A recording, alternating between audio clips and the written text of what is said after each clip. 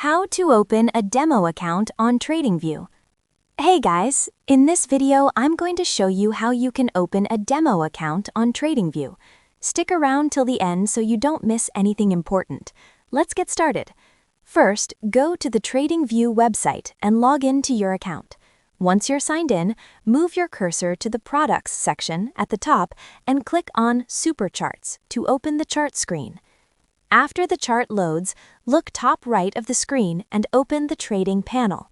Here, you'll see a list of available brokers. To use TradingView's built-in demo feature, click on Paper Trading and then press Connect. As soon as you connect, TradingView will automatically create a default demo account for you. Now, if you want to customize your demo account, click on the small arrow next to your account name and select Create Account.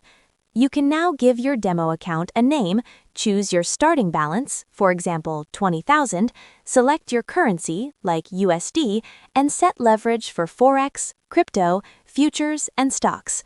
Once everything is set, click Create, and your new demo account will appear instantly.